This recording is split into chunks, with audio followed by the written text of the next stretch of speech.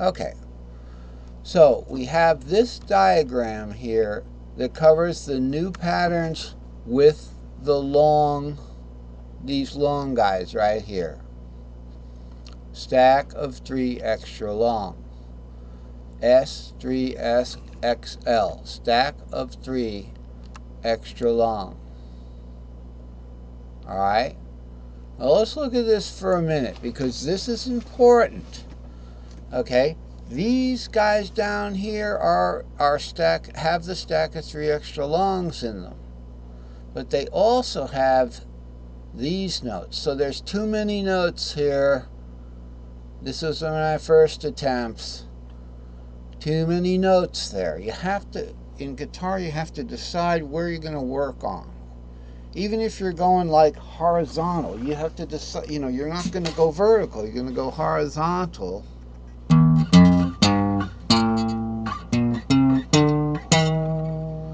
You're going a whole lot horizontal there, but you're not going vertical. And that was something like, I don't even have that many notes drawn here. Okay, it'd be like 4, 5, 6, 7, root 2, 3, that kind of thing. But then to 4. Okay. So what we're looking at here is now we looked at the other pattern stack. Now we're going to look at this pattern stack. It's easier, believe it or not. Okay, and these modes are next to the string that would start the scale for that mode. Now what happens is, if you got 5 here, you got root here, you can go up to that root right up here and start that scale there. If you can start the R there and go up the pattern from there. So it doesn't necessarily mean that, Mixolydian is going to be on the string below Ionian. It is, but it could also be, Ionian could be over here. Okay, so say starting on the 3 here, Phrygian, 3, 4, 5. We got 3, 4, 5 right here, right? Okay, but we look at 5. Now this is a duplicate. These two 5s are duplicates because they're overlapping horizontally, like Caged always does. Scary. So the 5 is here, Mixolydian. Alright, and as you move more horizontal, you go to the 6. So the 6 is the Aeolian, and then the 7th is the Lucrian. Alright, so they also are horizontal. To look at them like it, you would have to, if you started this Ionian here from R, you'd only get you'd get 2 full octaves right there. There's 2 full octaves. But it doesn't mean you'd be able to follow it up all the way 6 strings. 1, 2, 3, 4, 5, 6. You would, but if this was your guitar, if your guitar was right here and only covering 1, 2, 3, 4, 5, these 6 strings, say that was your guitar fretboard, okay? Up here is just imaginary notes. Down here is imaginary notes. Then you'd look at root down here. Let's say this was your fretboard. Okay, we're going to draw a line down here. That's your fret. That's the fret nut, right? The little guy at the end of the line. How do I do this? There's the fretboard, fret nut, right there. Sorry about, I thought I could do it the other way. So there's the fret nut right there. Here's the fretboard right here in the purple. All right.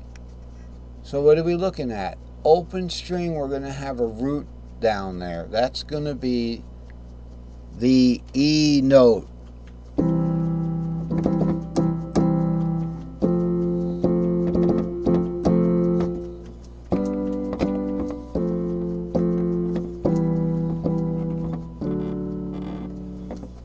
Never mind. So I'm getting like Eric now, crazy playing something. That is the E note. We're going to call that the E note. Don't have to worry about it. We don't have any strings up there because it's not warped yet anyway. We just have to know the first note. That's why Ionian can point to that. So it would be the root. But which one of these shapes starts on the root? Okay, let's go to fret cursor mode. Well, I happen to know where it is. Well, 7 starts on the root. Sorry, not 7. E starts on the root. Okay, E starts on the root. Alright, so that's an E shape there. That's an E shape that starts on the root there. We would do an E shape, which is the Ionian. Okay? Now, in the old chart, the E shape would be different than the E shape we're doing now. In the old chart, we'd go, I could play it right from here.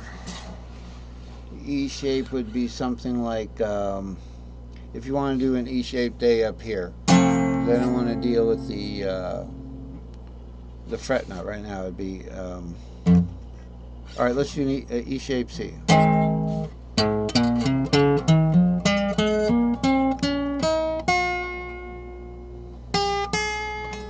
Okay, that's it.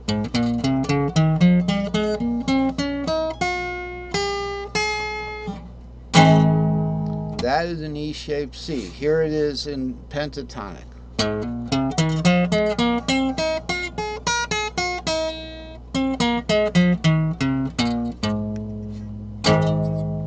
All right. So what are we trying to show here? But see how I go? Those 3 notes are sunken down here if we were doing an open E on the caged part, key of caged open E. You couldn't do that. You couldn't do that. So we use this pattern that doesn't require the other pattern. Now let me show you the other pattern. I believe I have it here. Let's go forward in time. This is why I made this other chart for the other pattern. Let's zoom in on our E. Here we are. Let's erase our little fretboard thing and go back to cursor mode. Okay, here's our E. So yellow, I can't do this. This is going to go on for weeks, maybe months. You see that yellow thing? Eventually we're going to get after this, and you'll be able to see my keyboard. Fretboard. So. Okay, so this thing starts 7R2, which is the top of an S3S. It goes into an S2L, 3, 4, 5, 6, 7R. Okay, then we go to an S3S again, 2, 3, 4. But watch out, it's warped. So it's 5, 6, 7, R2. The 7 doesn't come out over here again. Alright, like it would over in this guy here. Here's the D. Excuse me, the E. There's the D. Whoopee. It would go, the 7 would come out on yonder over here. Yonder. So even if you're starting way over here with root 2, okay, so you're going 7 root 2, which is the top of an S3S. The other part, the other 2/3 of it's underneath, coming up from Zongo here, into an S2L, 3, 4, 5, 6, 7R, and then on top of that, straight on top, easy stuff, just S3S and S2L, 2, 3, 4, no warp, 5, 6, 7 way over here, R2. Okay, it's hard to play. I wouldn't want to play it because I'd have to warp that. But it would start with the top of an S3S.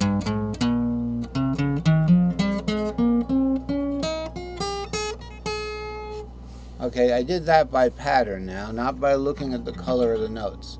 I can do it looking